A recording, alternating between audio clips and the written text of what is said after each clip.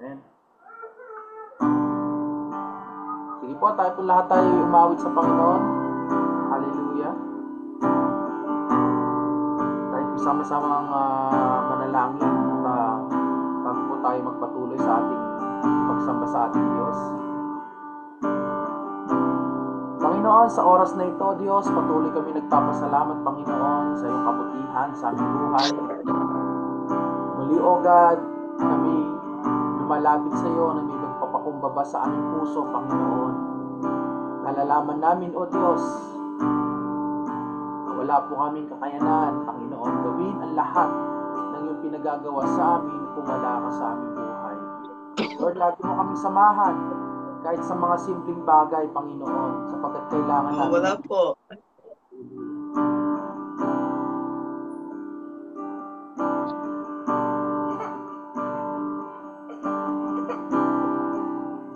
Hallelujah. Narinig po ba ako? Amen, Pastor. Narinig. Opo, good evening po. Good evening. Nadidinig niyo ako? Opo, Pastor Opo. Martin, naririnig po namin kayo. Okay. Opo, start na po tayo.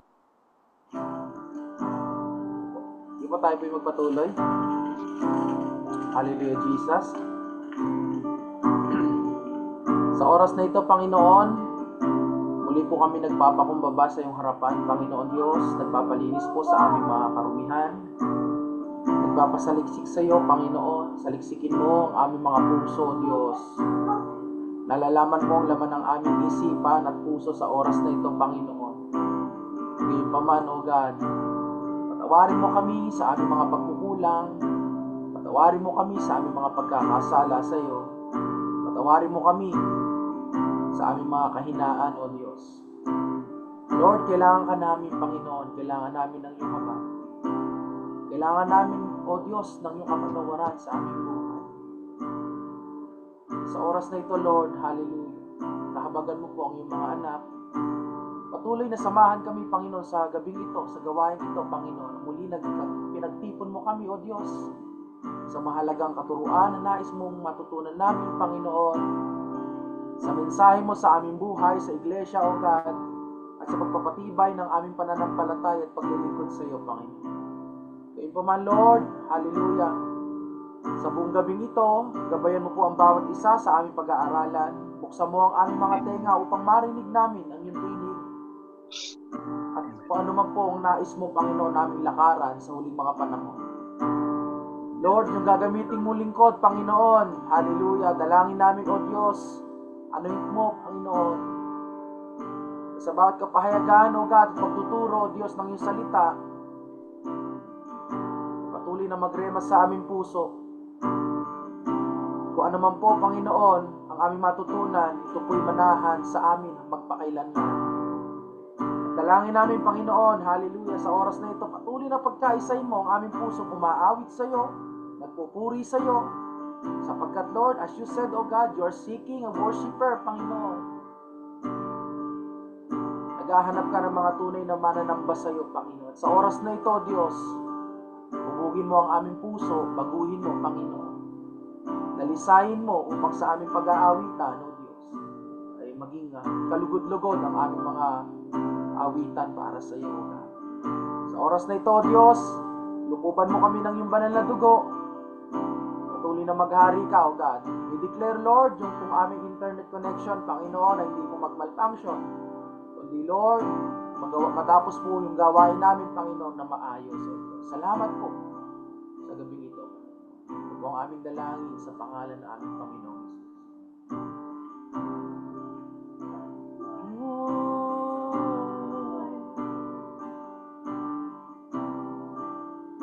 Hallelujah. Pinupuri ka namin, sinasamba ka namin, Panginoon.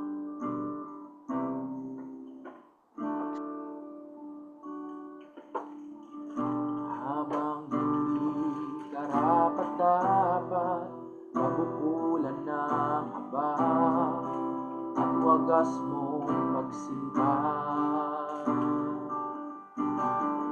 Habang walang kakayanan, masuklian ka ng mabuti sa lahat mong ginawa. May sama po, awitin natin muli.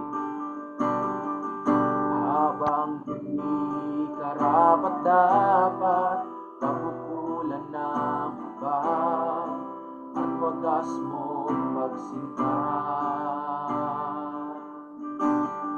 Habang walang kaya na masuklian ka ng mabuti sa lahat mong ginawa. Yakap mo ako sa aking karumihan. Ibig mo ako nang di kayang tumbasan. O Diyos ng katarungan at katuwiran na kahit minsan di nabahira ng kabanalan, kalwalhatian. Salamat sa sutulang biyaya mo, O Diyos ng pag-ibig na mas malawak pa kaysa aking mga pagkakasala. Higit pa sa buhay ko, salamat sa sutulang biyaya mo.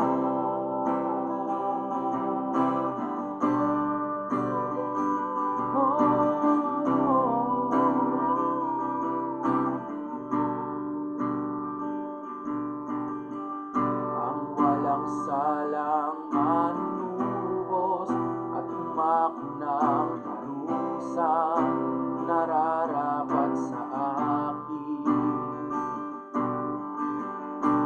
Anong habag sa tulad ko'y igawad ang iyong katwiran at ako'y patawarin. Yakap mo ako sa aking karumihan. Ibig mo ako nang di kayang tumbasan. O Diyos ng katarungan at katuwiran na kahit minsan di nabahira ng kabanalan, kalwalhatian.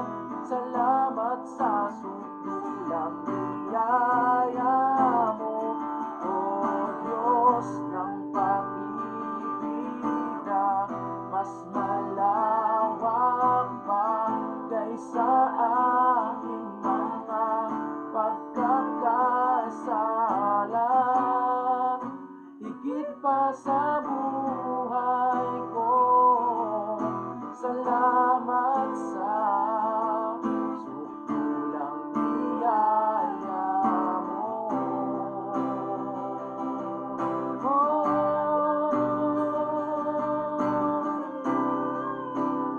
Salamat sa'yo.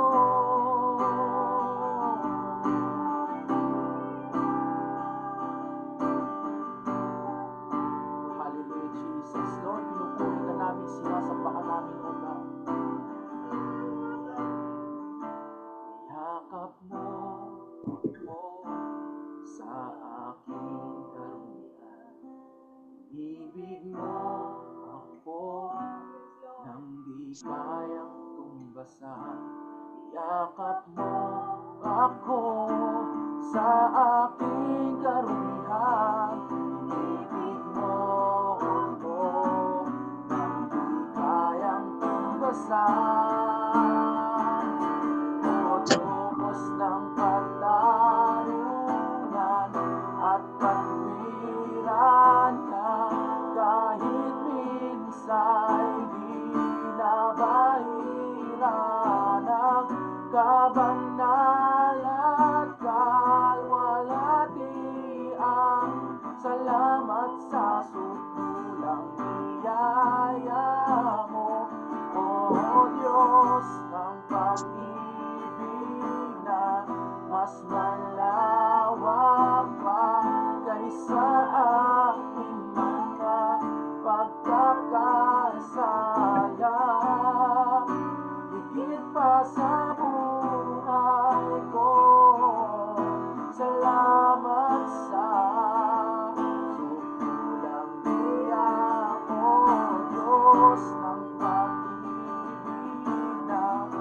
mas malawak pa kaysa aking mga pagkakasala.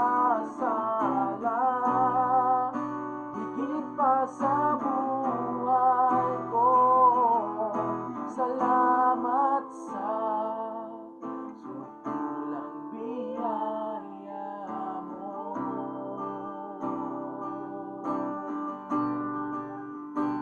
Salamat sa iyo. Salamat,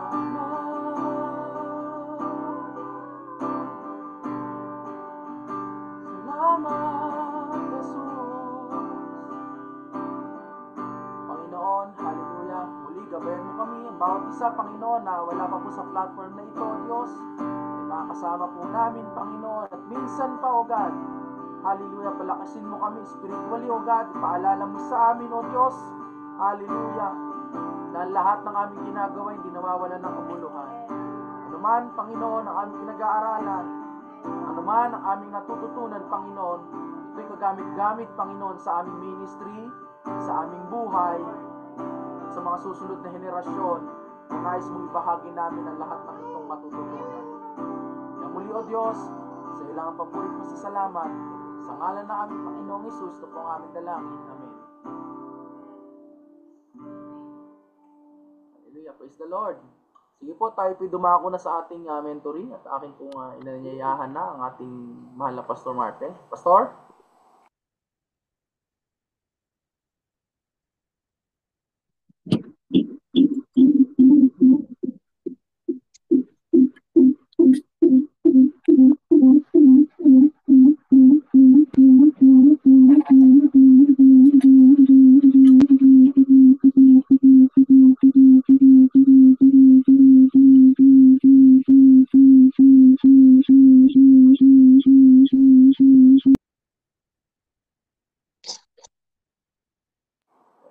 Okay na po. Pastor Marte? Ako ng batang ko.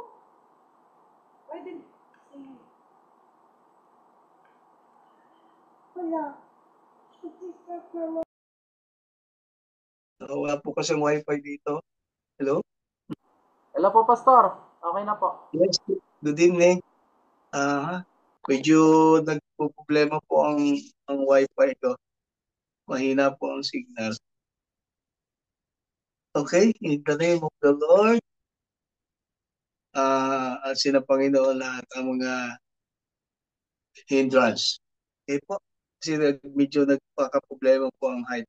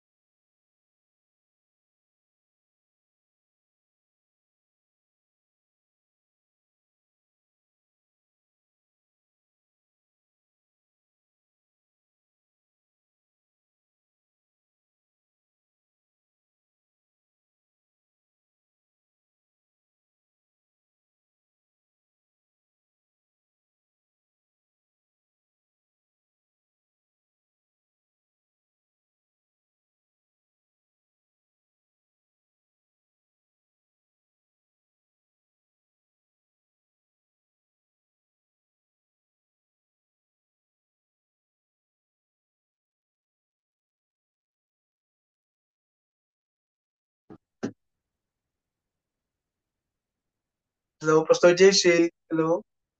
Amen po, Pastor. Meron po kayong Okay. ano. Okay na po. Opo, nagkakaroon po ng trouble dito sa Okay. signal. Okay po, nadidinig niyo na po ako. Amen Amen po. po, Pastor. Okay, dalangin ko po na hindi magkaroon ng interruption. Mobile data na lang po ginamit ko. Pwede na po tayo mag-start? So, John? So, JC? Amen po, Amen Pastor. Okay, salamat po. Lord, dalangin po namin na hindi magkaroon ng disturbance. So, anumang hindrance, Panginoon, ang amin pong mentoring sa gabi ito. Napaka-importante po nito at marami nawa kaming matutunan. Gabayan mo po kami, O Holy Spirit, in the name of Jesus. Everybody say, Amen. Amen. Amen. Ayan. Okay, ang pamagat po ng ating pag-aaral ngayon ay may kinalaman po sa first fruit. O kaya po, pamagat po natin the Word of God concerning the first fruit and the tithe. This first fruit is a teaching of some denomination like, hindi ko na po babanggitin ng pangalan, kilala niyo na po ito. Pero ito po ay mula sa Jude 12 at sa kanila po nag-uugat, parang ganon, parang ito, ang pagtuturo tungkol sa unang bunga o first fruit. At meron din po ang mga naganap, nangyari na ilang pastor po sa Assemblies of God. Ang doktrina nila, ang tithes daw ay sa kanila dapat napupunta o iniintriga dahil isang pamilya daw sila at siya ang pinakaama at siya ang pinakadadi sa pamilya at sa church. Kaya mag-iingat po tayo kasi yan po ang sabi sa 2 Timothy chapter 3 verse 14 to 17. Ang papasahin ko na po sa inyo sa Tagalog. Sabi dito, manatili ka sa mga bagay na iyong pinag-aralan at sa pinagkakuunan mo ng katunayan. Yamang kalalaban kung kanino mo nangatutugnan. At mula sa pagkasanggol, iyong nalalaman ang banal na kasulatan na makapagpapadulong sa iyo sa ikaliligtas sa pamamagitan ng pananampalataya kay Jesucristo. At lahat ng kasulatan na pinasahan ng Diyos, mapapakinabangan sa pagtuturo, sa pagsansala, sa pagsaway, sa katututo ng nasa katuwiran upang ang tao ng Diyos mag-isakdal, tinuro ang lubos sa lahat ng mga gawang mabuti. Doon din po ang sinasabi sa Revelation chapter 22 verse 18 to 19. Ayaw po ng Panginoon na tayo ay magdadagdag o dili kaya ay magkukulang ayon sa mga isinulat na. So my reminder to all of you is that we should not immediately accept the teaching of other denominations because they may contradict our own doctrine and our own church constitution and bylaws. So ulitin ko po, pagpusa na tayong agad tanggap ng turo ng ibang denomination. Alam ko po, marami ang mga nagpupunta at namamasyal dyan at nagtuturo sa iba't ibang mga denomination. Dahil baka po sumasalungat na ito sa ating sariling doktrina at sa ating sariling church constitution and bylaws. At totoong maraming nagtuturo ng ganyan sa panahon ito at mayroon namang napoposilite o nababago tuloy ang paniniwala ng nga po mga binanggit ko. So, una po nating talakayin ng tungkol sa ikapu o tithing. Tithing is written in the Old Testament and New Testament as a rule or principle. Ang pag-ikapu na po ay nakasulat sa luma at bagong tipan bilang palatuntunan o prinsipyo ng ating pananampalataya. But let us remember that this is not among the 10 commandments given to Moses on Mount of Sinai. Hindi po ito kasama sa 10 puntos sa Mount of Sinai. Pero masasabi natin na iti bahagi ng natutupad na palatuntunan ng Panginoon mula sa Old Testament hanggang ngayon. Bahagi po ito ng palatuntunan ng ating Panginoon. Actually, simula pa kay Adan. Panahon ni Adan, nagkaroon na po sila ng pinakamataba pa ang binigay para sa Panginoon. At mula sa lumang tipan, ay may nangyaring utos na po ng pag-iikapo. Kaya po, from Old to New Testament, ang gusto ko bigyan ng pansin dito, na talagang meron na pong sa Leviticus chapter 27 verse 30, sabi po, and all tithes of the land, all tithes, gross po, kabuuan o buong halaga, ang ibig sabihin, whether of the seed or of the fruits of the tree is the Lord's. It shall be full. Pagpunan po ninyo, ang mga talata ito ay halos sa unado ko na. Sabi dito, ang lahat ng ikasampung bahagi ng lupain, lahat, maging sa binhi ng lupain, sa bunga ng punong kahoy ay sa Panginoon. Magiging banal sa Panginoon. Why? Magiging banal. Why all? Yung pagkakaloob po kasi sa Panginoon, sa original ay tinatawag na didomi or doron, which means gift presented as an expression of honor and gives also the support of the temple and support to the needs of the poor. So ito pala, nakapagbigay ng karangalan talaga ito sa ating Panginoon pagka tayo nagkakaloob, lalo na ito ay kapo. And it says in one of the Lord's commandment in Malachi chapter 3 verse 10, alam na alam po ninyo, ang Malachi chapter 3 verse 10, bring the whole tithe, gross again, into the storehouse, and there may be food in my house. And prove me now in this, said the Lord of hosts, if I will not open you the windows of heaven and pour out your blessing, that there shall not be room enough to receive. Ang liwanag po sa pagdadali niyo, ang buong kasampung bahagi sa kamali upang karoon pagkain sa bahay. Subukin ninyo po sa bagay na ito, sabi ng Panginoon mo. Kung hindi ko pupuksan sa inyong durong awa ng langit at iuhulog ko sa inyong isang pagpapala na walang sapat na silid na kalalagyan.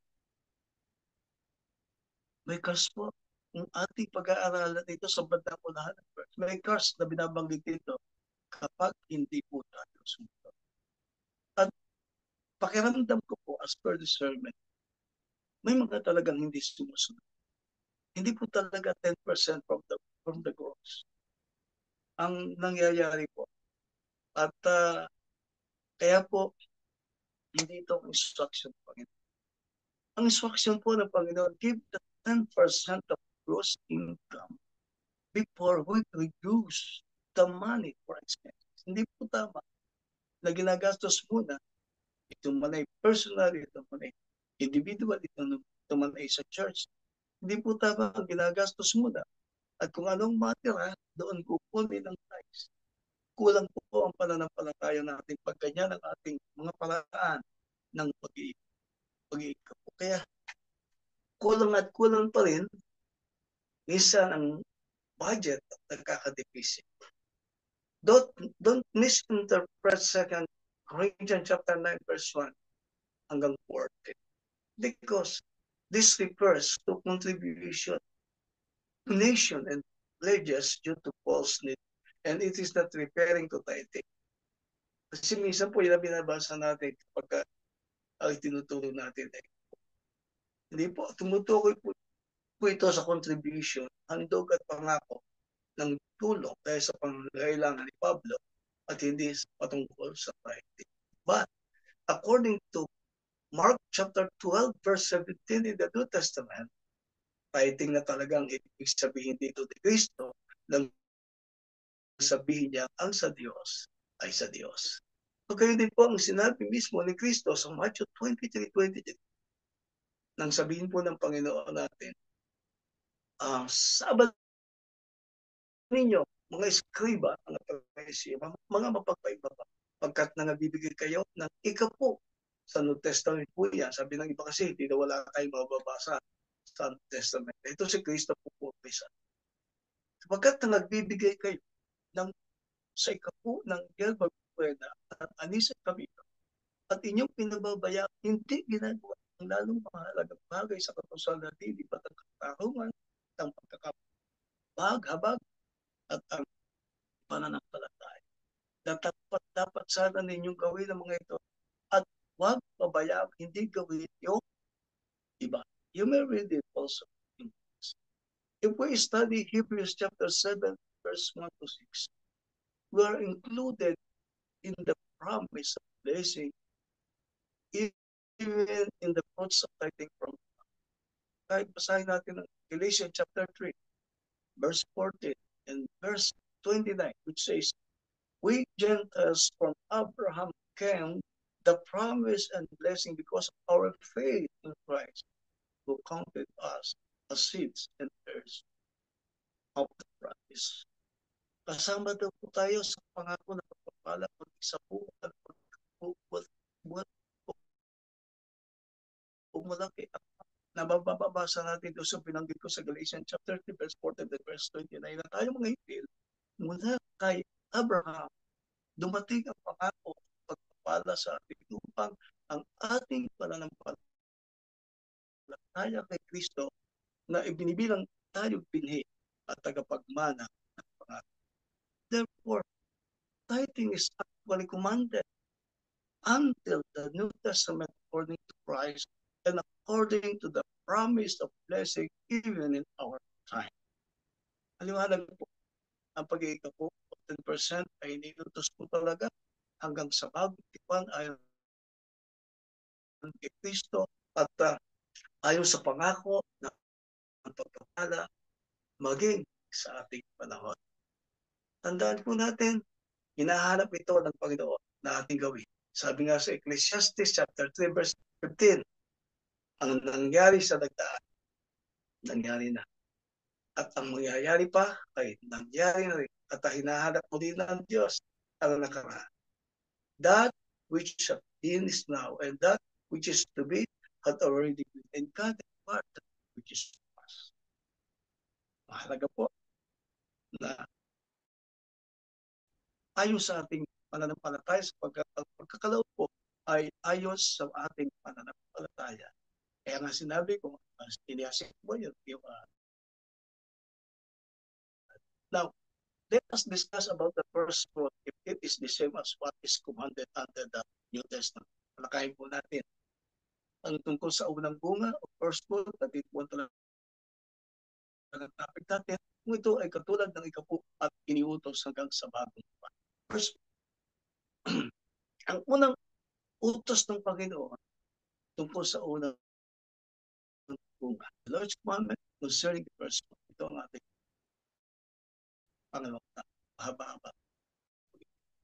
The Lord said in Old Testament, and this is verse by verse, in Proverbs chapter 3, verse 9, honor the Lord with thy substance and with the fruits of all thy things. Parangalin mo ang Panginoon ng iyong tinatangkil at ng mga unang bunga ng lahat mong ani. Pati yung unang bunga, yung first fruit, goes din po kasi lahat mong ani. Goes din ang first fruit. Talaga po may first fruits sa Old Testament. Inaamin po natin. The question is, what is the process of some reasons for giving the first fruit in the Old Testament? Ano pong proseso o ilang mga dahilan kung bakit pinagkakaloob ang unang.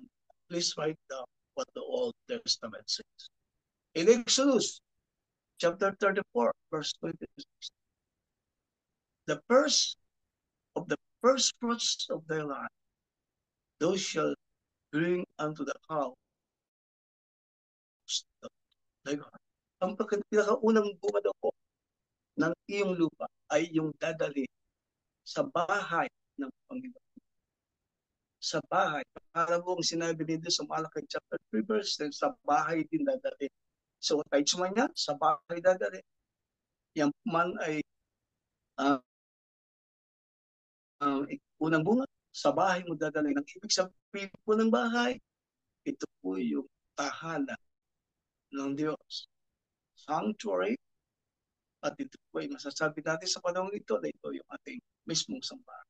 In Ezekiel chapter 44 verse 30, sabi po rito, and first of all, the first fruits of all things, and every oblation of every sort of oblation shall be the priest.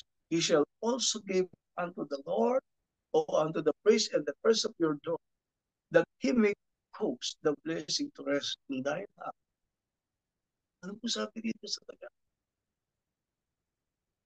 At ang una,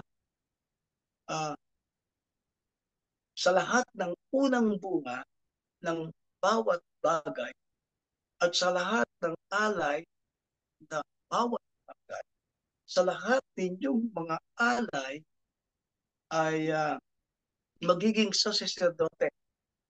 Inyo rin namang ibibigay sa mga saserdote ang una sa inyong masa upang pagpalain ang inyong. Mapapansin nyo, yung unang bunga sa church, sa bahay, ito naman, ang unang bunga sa mga saserdote. Sa panahon ito, alam nyo, saserdote, hindi mga lingkod ng Diyos. Kaya pala may nagtuturo sa pastor daw ibibigay ang unang bunga galing sa mga members pati tithes. Dahil ang utos, ibigay daw sa mga saserdote o pare itong basta mga pastor ngayon. Yung pansinin ninyo, para bang pag pinag-usapan natin ni first fruit,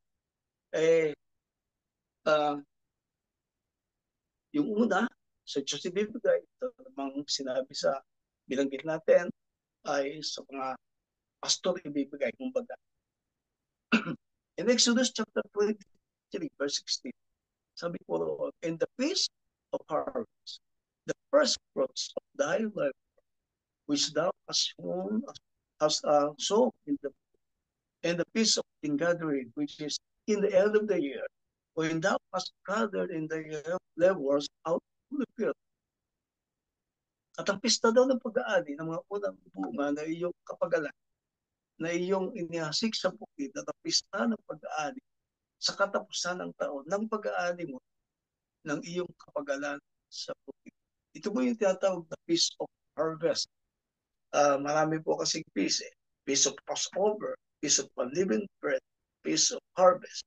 So please study carefully that this is only referred to in the Old Testament and in all the verses we have looked at in the Bible. We do not find anything in the New Testament where first fruits are written, whose context is related to the material provision of the first fruits from the Old Testament.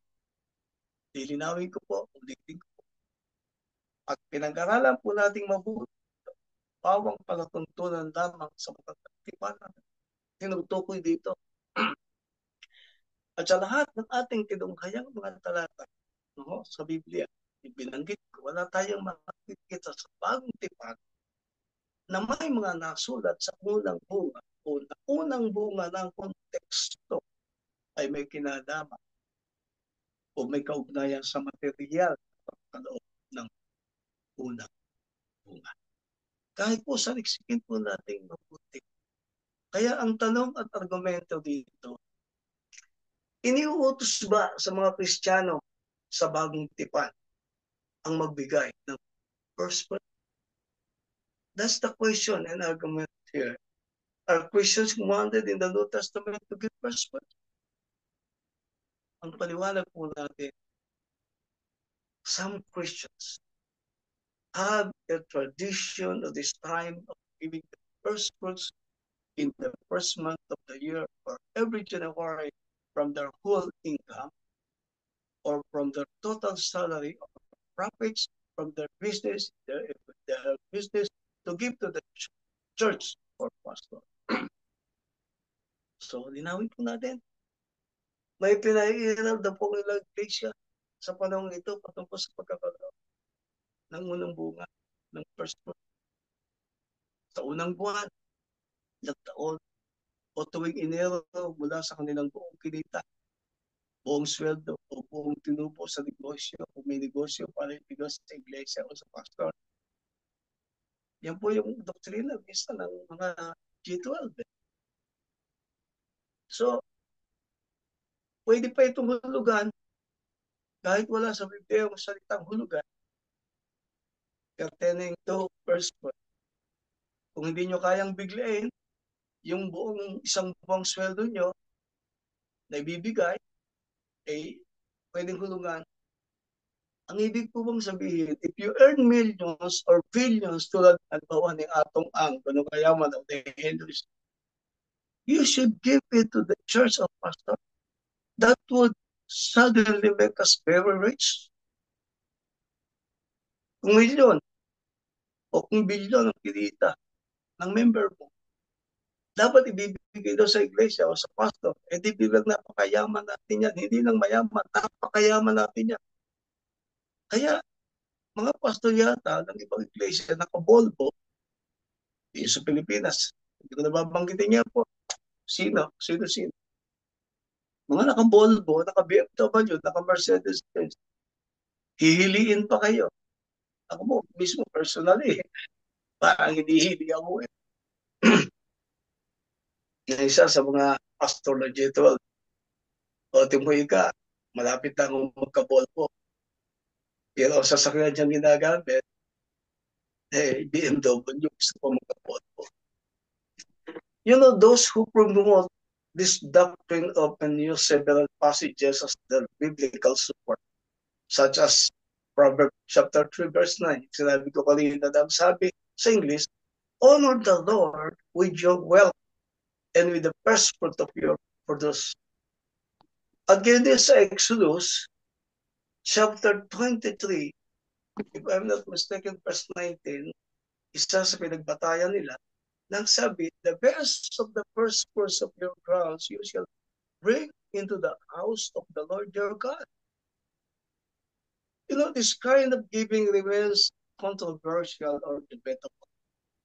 So let us discuss this according to the Word of God so that we can fully understand whether it should be implemented or done in our time. Bayaan natin talakayan natin dito ay sa mga salita ng Diyos. Pag lalo nating maunawaan o lubos nating maunawaan kung dapat ba itong ipapad o gawin sa ating panahon sa ilalim ng ating pananampalataya. What does the Bible say about person? What exactly is it? Let us study it carefully so that no one stumbles among us. As Paul said in 1 Corinthians chapter 9, verse 12 and verse 15, he said, if others be partakers of this power over you, are not we, brother? Nevertheless, we have not used this power, but suffer all things lest we should hinder the gospel of Christ.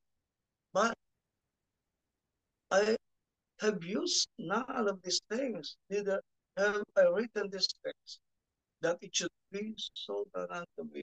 For it were better for me to die than anyone should make glorifying. Gagawin po natin. Ano ba talaga sinasabi po ng Biblia tungkol sa unang bunga o first fruits? Ano ba talaga? Pag-aralan nating mabuti para walang matisod sa atin. Dahil ang sabi po ni Pablo sa talatang binanggit ko kanina, kung ang iba ay merong matuwid, hindi baga lalo na kami. Gayon may hindi namin ginamit ang matuwid na ito. Sabi ni Pablo, aming tinitiis ang lahat ng bagay. Upang huwag kami makahadlang sa Ebanghelyo ni Kristo. May natitiisod kasi. May hindi lang kumikibo, pero critical spirit sa bagay dito. May comment o baka umalis pa at lumipat ng ibang church. Ang duktong pa ni Pablo, ako ay hindi gumamit ng anuman sa bagay. At hindi ko sinusulat ang bagay na ito upang gawin sa akin sapagkat mabuti pa sa akin ang mamatay kaysa walang kabuluhan naman ang aking karan. So kaugnay nito, the first fruits were considered special to the Asian people in the Old Testament.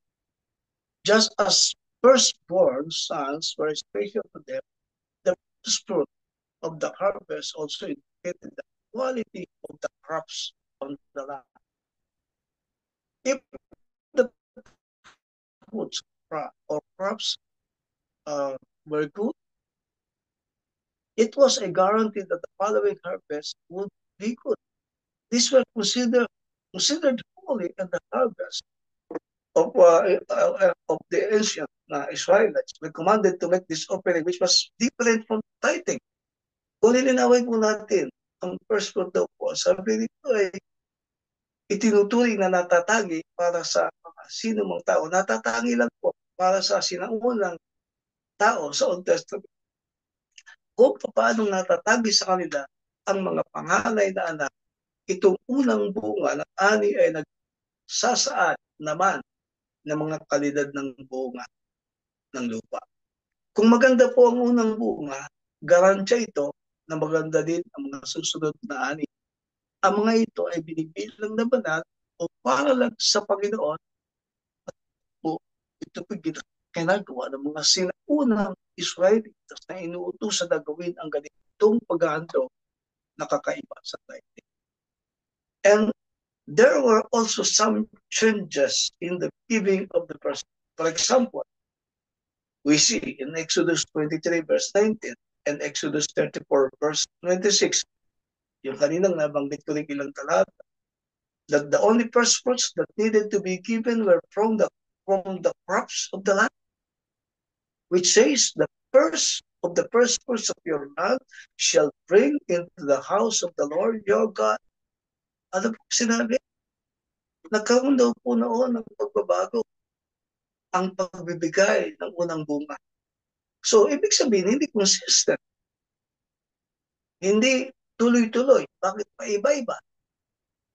Halimbawa, yung mababasa natin sa Exodus nga, o chapter 23 verse 19 at Exodus 34 verse 26 na ang required lang na ibigay ng first fruit ay mula sa mga pananim ng lupa. Na ang sabi, ang mga pinakaunang bunga ng iyong lupa ay papasok sa bahay ng Panginoon mo Diyos. And later, the giving of the first fruits also included the first harvest, such as wheat, new wine, and new wool. According to Deuteronomy chapter 18 verse 4, isinama na rin pala ang pagbibigay ng sa unang bunga ang mga unang ani tulad ng trigo, bagong alak, langis, pati na yung lana. Nang sabi yung mga unang bunga ng yung trigo, alak, at ng iyong langis at ng mga balahibo ng iyong tupa ay bibigay mo sa Diyos. So then sumunod dito in Deuteronomy chapter 26, it was instructed that only a portion of first fruit would be offered. Nang sabihin sa verse 2, what is enough to build the basket? So parang gano'n eh. At nagkaroon din ng ibang instruction ng Panginoon tulad ng paghahandog ng first fruit na tila limitado lang sa ilang panahon. Kahit basahin nyo Leviticus chapter 19, verse 23 hanggang verse 25 na ang sabi, pagka kayo papasok sa lupain, sabi po roon, at nakapagtanim kayo ng sari-saring punong kahoy, ariin ninyo ang bunga nyo para hindi sa tuloy. Ito po, pagkakaalaala ko. 3 taon, aariin ninyo parang hindi sa tuloy. Hindi kakain. Datapat sa ika-4 na taon, ang lahat ng bunga niyon ay magiging banal, pinaka-papuri sa Panginoon. So, ano pa sa ninyo? Hindi na kada taon eh. No? Pero ang turo, lalo sa panahon ito, kada taon, yung unang bunga, ibig sabihin yung unang sweldo mo ng buong buwan sa Panginoon. Meaning, ang sa iyo ay 11 taon lang na sweldo, ang ikalabing-dalawang taon para sa pagkakas. Ano po ang doktrina tinuturo ngayon ng iba? Pero tingnan mo ninyo, ang kasunod doon, at sa ikalimang taon, nakain kayo ng bunga niyo upang pabungahin sa inyo. Ako ang Panginoong Diyos. May limitasyon pala. Instead na pagkatong first at kada taon, naging 4 taon pa, 5 taon pa. So, bukod dito, tingnan mo ninyo, ang paghahandog ng unang bunga ay ginagawa lamang noon ng mga Israelitas bilang pasasalamat nila sa pagliligtas ng Panginoon ito Niligtas sila ng Panginoon sa kabay ng Egyptian at paghahatid sa kanila sa lupang. You can read that in Deuteronomy chapter 26 verse 9 to 10. Ang sabi, the offering of the first fruits was only done by the Israelites as a way of thanking the Lord for saving them from the hands of the Egyptians and bringing them to the promised land. Basahin natin sa Tagalog. So, basahin ninyo kay Bible ko dyan sa Tagalog. At kanyang dinala kami sa lupain ito. Sabi ko na pagkakitan. Ibig sabihin, dinala kami sa lupain ito. Yun ang lupa. At ibinigay sa amin ang lupang binubukalan ng kata sa pulo. At ngayon, narito, aking dala ang mga unang bunga na ibinigay mo sa akin, O Panginoon, at iyong ilalapag sa harap ng Panginoon Diyos. Sasamba ka sa harap ng Panginoon Diyos. Nakita niyo ang linaw mo nito. So, ano ba talaga? Now, bilang mga Kristiyano ng bagong buwan, required pa sa atin ang maghandog ng unang bunga base sa panatutunan ng lupa. Gusto pong unawain ito natin dito. As a New Testament Christians, are we required to offer first fruits yes from the Old Testament? My answer is absolutely no. Because we are not under the law, we are not under the law of the Old Testament. No. Wala na tayo sa lumang tipan. Kaya po, nalulungkot po ako, may ilan po talaga na gustong magpatupad dito. Meron tayong isang church sa Bulacan.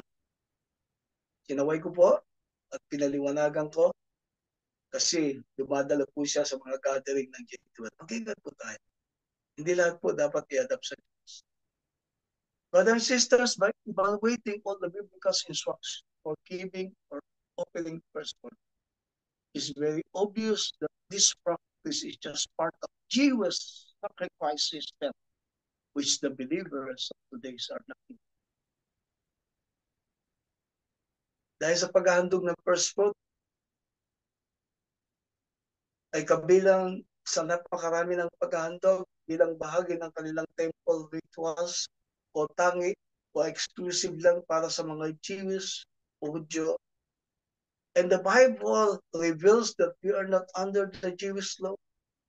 According to Galatians chapter 3, verse 24 hanggang 25, nang binanggit dito, wherefore, the law was our schoolmaster to bring us into Christ or unto Christ, that we might be justified by faith. But after that faith is come, we are no longer under a schoolmaster. So, it requires believers today to follow a ritual that is no longer required, is to put us only under an unnecessary burden. Bukod dito, we are warned not to be under the Jewish law again. Kaya ang utos na ito sa mga mananampalataya ngayon na sumusunod sa isang ritual na hindi naangkop ay paglalagay lamang sa atin sa ilalim ng hindi kinakailangang pasanin. Higit pa rito, pinabalaan tayo ng muling mapasa ilalim sa kautusan ng mga Hudyo ayon sa Galatians. Wag, dapat tayo pa ilalim.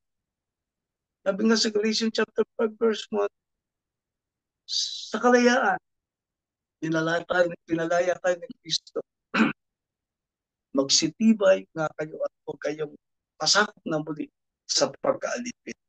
Meaning, Christ is the fulfillment of the law. And we should also take note that Christ is the fulfillment of the sacrifices and offerings of the Old Testament. Ibig sabihin, ang tunay na kahulugan ng paghahanap sa Jewish law ay makikita natin talaga kay Kristo ayon sa Colossians chapter 2 verse 17 at Hebrews chapter 10 verse 1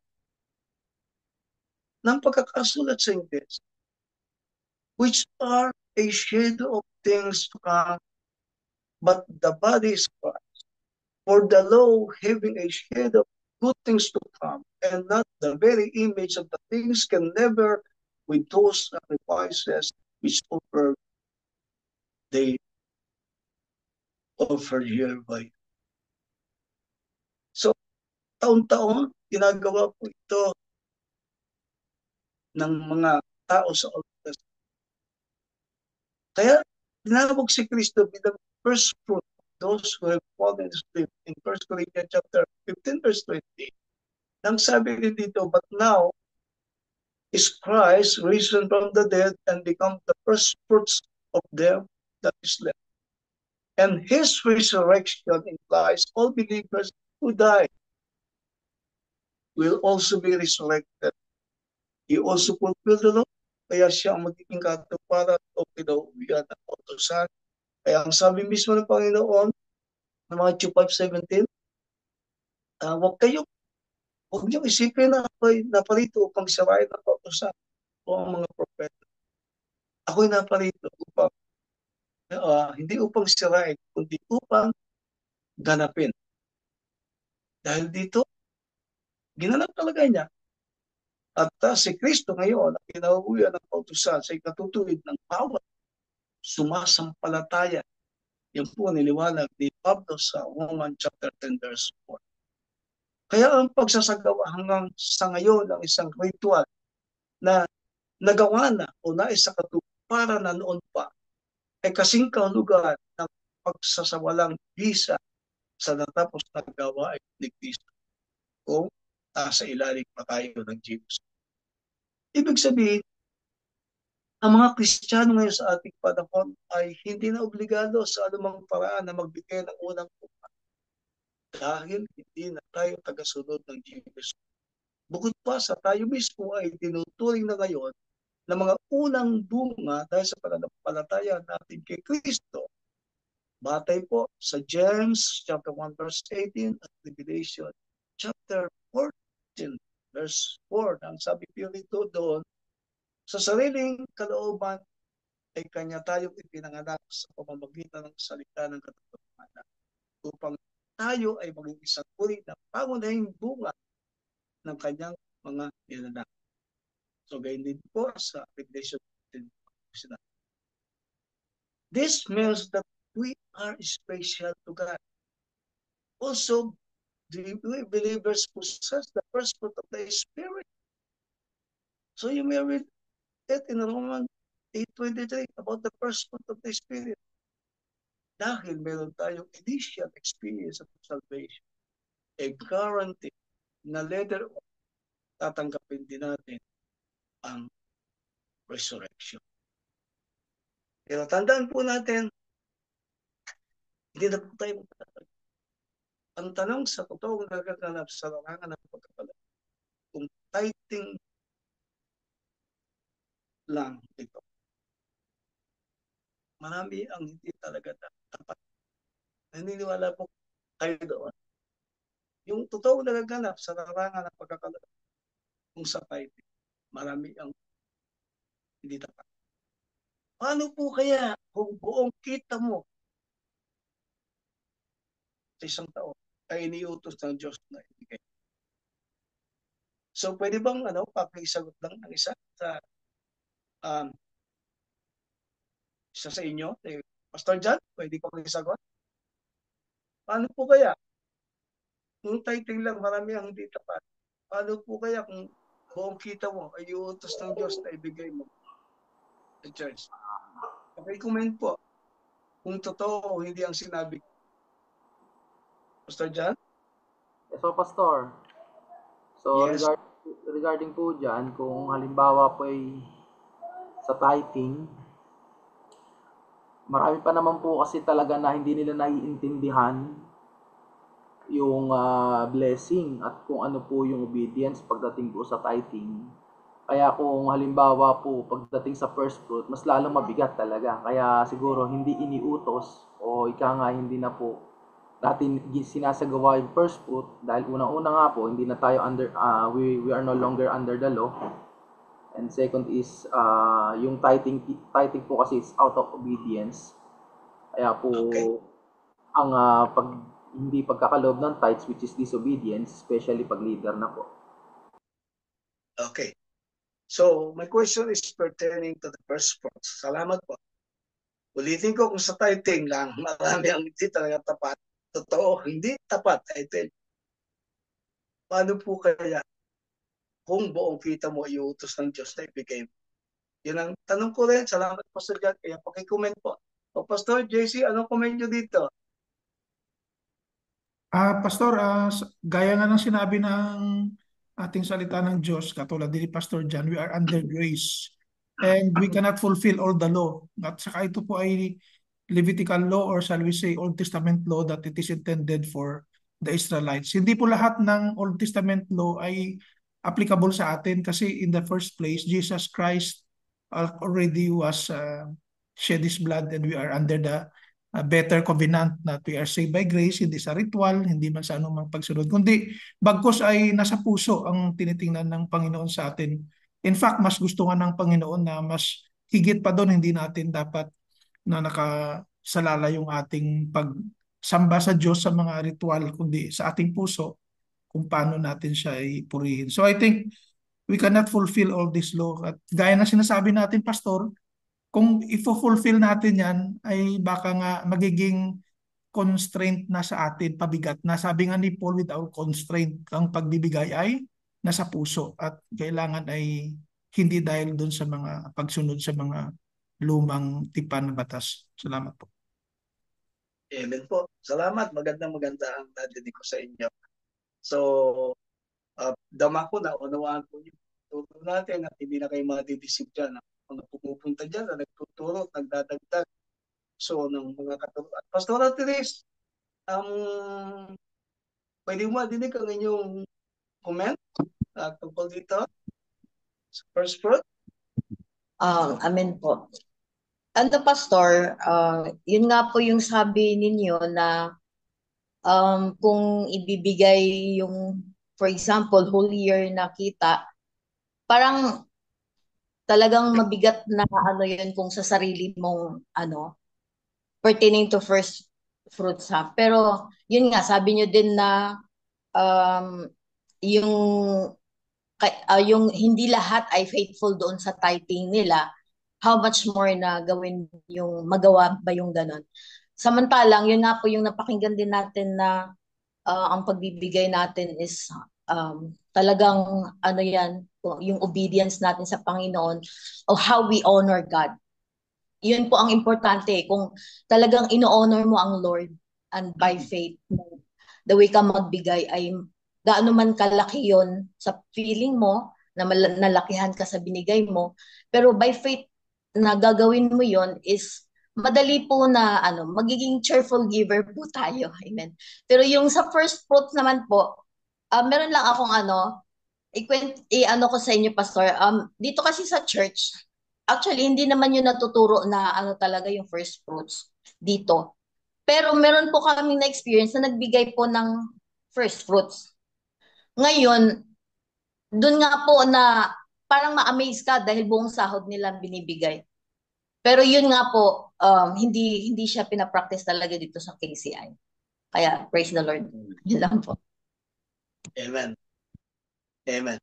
Okay, pray muna tayo bago baka may tatanong dyan. So, let's close our eyes and feel the presence of the Holy Spirit. Lord, I hope we have learned more from this topic which seems to be a matter of debate among yourself. I hope that we, full gospel Christians, will be righteous before you, teaching what is truly righteous so that no one will stumble in our teaching and preaching. As Paul said, he did not want to hinder the gospel of Christ even though it seems righteous. Help us, O Lord, to stand on our own feet so that we will not be attracted by other teaching on the last day. Give us divine wisdom to be instrument in the growth of your church and to consider ourselves the first fruit in Christ for the glory of God. There's our topic, Lord, and everyone who submits to you, and help us not to be misled by the incomplete and excessive teaching of the end time, as you have written in Revelation chapter 22, that it is forbidden to add or take away from what is written. May you help us to prepare ourselves worthy of your return, because we already seeing the signs clearly in heaven and on earth. Lord, bless Elsie and your pastors and other co-workers. In the name of God the Father, God the Son, and God the Holy Spirit. Everybody say, Amen. Amen. Amen. Praise the Lord. Amen. Amen. Po, salamat. So, may tanong kayo? Sige po, go ahead. May tanong kayo? Tanong po Kasi ako, nagluluko po ito. follow-up Pastor question. Jan? Ako. Kasi po ayon po sa nabanggit ni Pastora Therese, hindi po namin tinuturo yung first fruit sa iglesia. Pero meron po kami na encounter kasi may isang kapatid na hindi namin, siyempre hindi naman po namin siya pwedeng i-judge. Siguro out of love, out of gratitude, out of generosity, ibinigay niya yung buong sahod niya sa church. Sa unang buwan ng Enero, binigay niya yung buong sahod niya. Talagang mabibless ka. Pero hindi namin alam yung intention ng heart niya. Hindi namin alam kung ano knowledge niya regarding sa pagbibigay. Siguro po, out of love, so binigay niya yung nga tinatawag natin first fruit. Ang tanong po, Pastor, nagkamali po ba siya doon? O yung po ay accepted naman po as ano? Sige, sagutin natin ang malinaw yan sa tanong na yan ba'y problema? Is it a problem or not? If believers give the first fruit, parang Opo. gano'n, ano? Opo, parang ang dating po na, teka lang, baka first fruit yan yan ba'y bawal o pwede naman natin tanggapin? Although yung intention. Thank you. That's a very nice, beautiful question. My answer is, there is no problem. If you want to do it out of generosity, because it says in 1 Corinthians chapter 9, verse 6, he who sows sparingly will also reap sparingly, and he who sows bountifully will also reap bountifully. My explanation for that is, if it is a tithe of offering given freely from his heart, according to his faith, the Lord will bless him or will bless her. Ang tugon ko, walang masama o problema kung gusto nyo gawin yan out of generosity. Dahil, ang sabi naman nga, ulitin ko sa 1 Corinthians 9:6, ang naghahasik ng bagya, mag-aani namang bagya. At ang naghahasik ng sagana, mag-aani namang sagana. Listen carefully. Ang paliwanag ko dyan, kung tithes man yan o handog man yan, o yan man ay first fruit na ibinigay niya, yung isang sweldo ng isang buong sweldo niya, ng maluwag sa puso, na ibinibigay ayon sa kanyang pananampalataya, doon siya pagpapalain ng Panginoon. Wala ding problema, lalo kung hindi sa pilitan, at walang pilitan, at hindi mo pipiliting sumunod sa gusto mo. But, there will be a problem if we assume that such an offering is doctrinal and compulsory instructed to our member. For it is clear that it does not mean or it does not have any basis.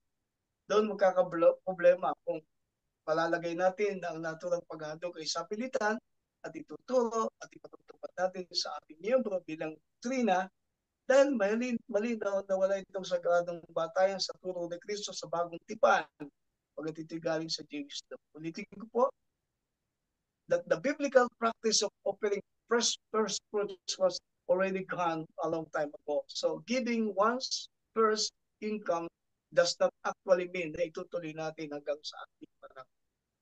But I repeat, if Christians out of their love for others choose to give their first fruits, then why not? Basta masaya siya at pinasya ng kanyang puso at hindi mabigat o napipilitan lang dahil mahal ng Diyos ang nagbibigay ng masaya. 2 Corinthians chapter 9, verse 7. So yun ang sagot ko dyan. Sana naunawaan po ninyong mabuti at naniniwala po ako na yan ay magiging pagpapala sa atin yung pinag-aralan. So salamat po. Salamat sa magandang tanong. Sana naunawaan po natin. Amen. Salamat po, Pastor. Amen. Salamat po. Okay, may dadagdag pa kayo? Pastor Jesse, kayo po. Pastor Lizer, kayo po. Kami dadagdag. Pastor Antas, Pastor Antiris, at ang ating mga kapatid at pastor sa ating dyan, sa ILCC, na kami dadagdag po kayo. Wala na po. Ibinabalik ko na po sa ating host at sa ating pagtatapos. Pastor Jan. Amen. Maraming salamat po, Pastor Martes, sa ating pong magandang mentoring ngayong gabi. Tayo po dumako na sa ating closing prayer. Pastor Jesse. Ay, sige po, tayo po ay manalangin. Palakpakan natin ang Panginoon. Napakabuti po ng Diyos sa gabing ito at naunawaan natin kung ano po yung kaibahan ng ating pagbibigay sa Diyos at sa lumang tipan at saka sa bagong tipan. Tayo po ay manalangin. Ama naming Diyos na dakila, salamat po muli sa gabing ito na kayo po ang nagbigay sa amin ng pagkakataon na makapakinig ng inyong mga salita. Tunay nga po na makapangyarihan ng inyong mga salita, Panginoon, at ito po ay nagbibigay sa amin ng kaliwanagan, Panginoon, kung paano kami mamuhay, Panginoon, ayon sa iyong grasya at biyaya. Salamat sa iyong lingkod, si Pastor Marty, Panginoon, na ginamit niyo sa gabing ito upang ipaliwanag, Panginoon, ang mga doctrinal foundation, O God, ng aming pananampalataya. That we are now in the new covenant. We are saved by grace, O Lord God, at kami po ay nabubuhay sa iyong biyaya. Although, O Lord God, hindi masama ang magbigay, but we are not forcing other people, O Lord, even in our congregation to abide, O Lord God, in the Old Testament law, because it is, O Lord, it is intended for the Israelites, O Lord God, to follow and to obey your law during their times. But now, as we are saved by grace, O Lord God, it is more, you are looking into our heart, Panginoon, sa aming buhay, O Lord God, na makita ang pagmamahal, ang pagpananampalataya, ang paniniwala na tanging sa iyo lamang kami, O Lord God, nakadepending kaligtasan na ibinigay niyo sa aming Panginoon. At doon, O Lord God, sumagana ang aming pagmamahal na kami ay magbibigay, Panginoon, ayon sa aming pagmamahal sa iyo na higit pa kung titingnan, Panginoon, ang aming maibigay, O Lord God, ayon sa iyong kautusan. O Lord, nawa ang mga salita niyo, Panginoon, ito ay magbigay sa aming inspirasyon, O Lord God, na hindi lamang, O Lord God, sa mga pagbibigay, O Lord God, or sa tithes or on the first fruit that we are focusing, O Lord God, but we give ourselves as a living sacrifice according to your word in Romans 12, chapter 1, O Lord God, that we beseech you, therefore, brethren, by the mercies of God, that you present your body a living sacrifice, holy and acceptable unto God, which is your reasonable service, O Lord God. And then we should transform, O Lord God, by the renewing of our mind, O God, that it may able to prove what is that good and perfect will, O Lord God, na para sa inyo, O Lord God. Na makita sa aming puso, una sa lahat ng pagmamahal, Panginoon, kasi kung may pagmamahal, Panginoon, higit pa ang aming maibigay para sa inyo, Panginoon. O Lord, salamat, O Lord God, kung mayroon mang puso ang tao na magbigay ng kanyang buong sweldo, O Lord God, for your glory and to worship you. Amen for that, O Lord God. But in our church, O Lord God, we are more encouraging our brethren to give according to their heart and to give with a cheerful heart, O Lord, dahil ikaw po ang nakatingin, nakakita ng aming mga puso. Sumagana nawa, O Lord God, ang iyong biyaya sa bawat churches, O Lord God, na iyo pong binigyan ng mga ministry. There are people who are having the gift of giving, Panginoon. May mga tao talaga, O Lord God, na ginagamit niyo, O Lord God, na magbigay ng higit pa, O Lord God, sa kanilang kakayaan.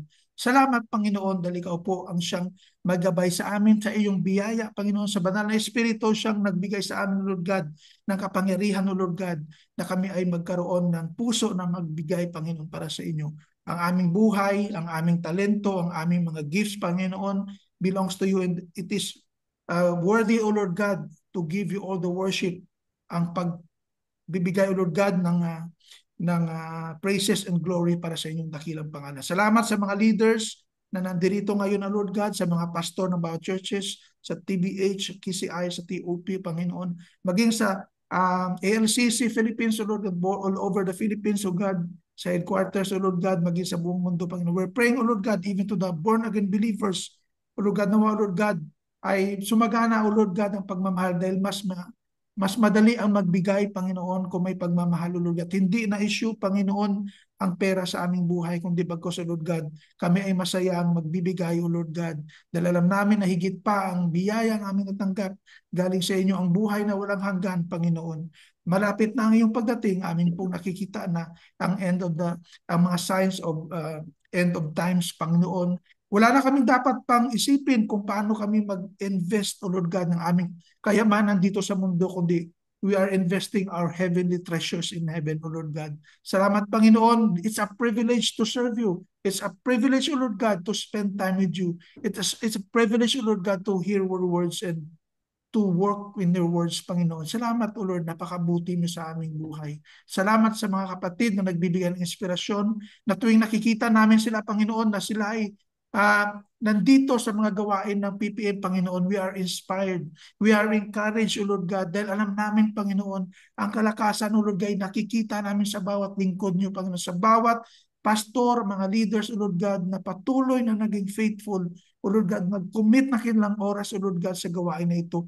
Dahil ito po ay hindi incidente, O Lord, it is your will for us, O Lord, to gather together, O Lord God, to assemble ourselves together even in this platform ng online PPM, Panginoon. Salamat sa inyong lingkod, kay Pastor Marty, Panginoon, na patuloy nagkaroon siya ng burden or desire, Lord, to lead us, O Lord, to continuously to be gathered here, O Lord, sa platform ng PPM sa Zoom, Panginoon. Salamat sa privilege, O Lord God, sa bawat isa na makita ang iyong pagbigay, Lord God, ng pagpapala, O Lord God, na lumago ang bawat churches, O Lord, at sumagana na, O Lord God, maging sa financial, spiritual, physical, O Lord God, and even in mental health, O Lord God, na binigay niyo sa akin. Ingatan niyo po ang bawat isa sa mga trabaho, ang peace, O Lord God, sa land of Qatar, even sa Philippines, O Lord God, at rin sa buong mundo. Alam namin that there will be wars and rumors or wars, but these things will pass. Panginoon, bigyan mo kami ng peace of mind.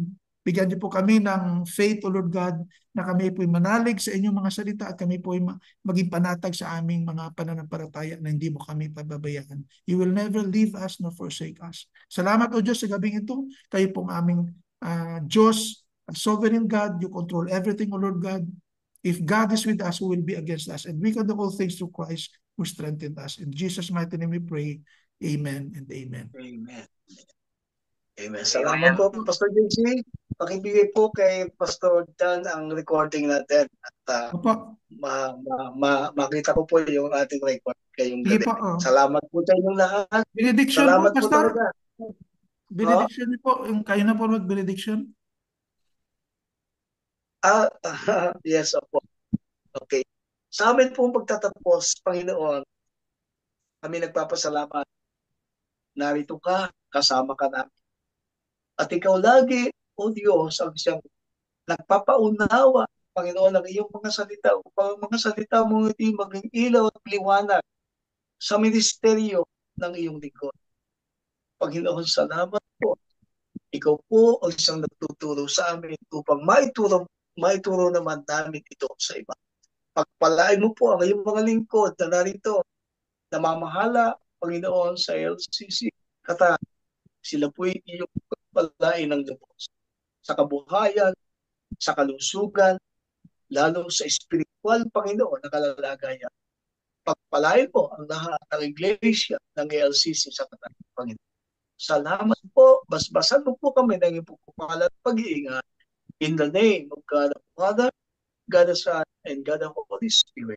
Everybody say, Amen. Praise the Lord. Salamat po. O, buksan niyo po yung ating picture taking tayo para tayo ay magkamustahan naman. Yan. Masaya pong lahat. Ayan, oh, tingnan mo naman mga nagagandahan. Ayun, oh. O, sino pa dyan? Kuya Roger, ayan, sa Libya. Yan. Carlo, TBH, Alexander, Joseph, at ano na yata. O, sige, at tayo po ay mag-post. Bigay natin ang pinakamasayang ngiti natin sa Panginoon. Ready? 1, 2, 3. Praise the Lord. Amen. Praise God. Salamat po sa God Amen. bless Thank you. you so much. God bless you. Salamat po. Ay, God bless po. God bless God po, bless po. Pastor. God bless Thank you so Pastor much. Jenny, we miss you. you. Pastor Jill. Bless po. Julius God bless See you Caesar, more. Brother Julius. God bless. Yes, Pastor please. Anthony. God Pastor bless you Jenny. sa inyo. Hi, hello. Bye. How are you, Pastor John. mga? Salamat po, Pastor Alright, thank you. Martin. Salamat po, Pastor Martin. Salamat po. Salamat po. Sister Sister Sarah. Sarah. God bless po. Rafa. God bless. God bless po. God bless. Bye-bye. God bless. Alright. Pastor Jenny, sino kasama nyo? Well, busy po sila, Pastor. Oh, hindi tamang reason. Okay. Bisan lang yata isang taon ako. Next time. Oo. Sinabihan ko na po eh. Okay po, next time. Roger, kamusta? God bless. Yung tip na ito, ipadadala Bye. ko na rin. Rafa, Pastora Teres. God bless po. God bless. Bye-bye. Bye-bye. God bless.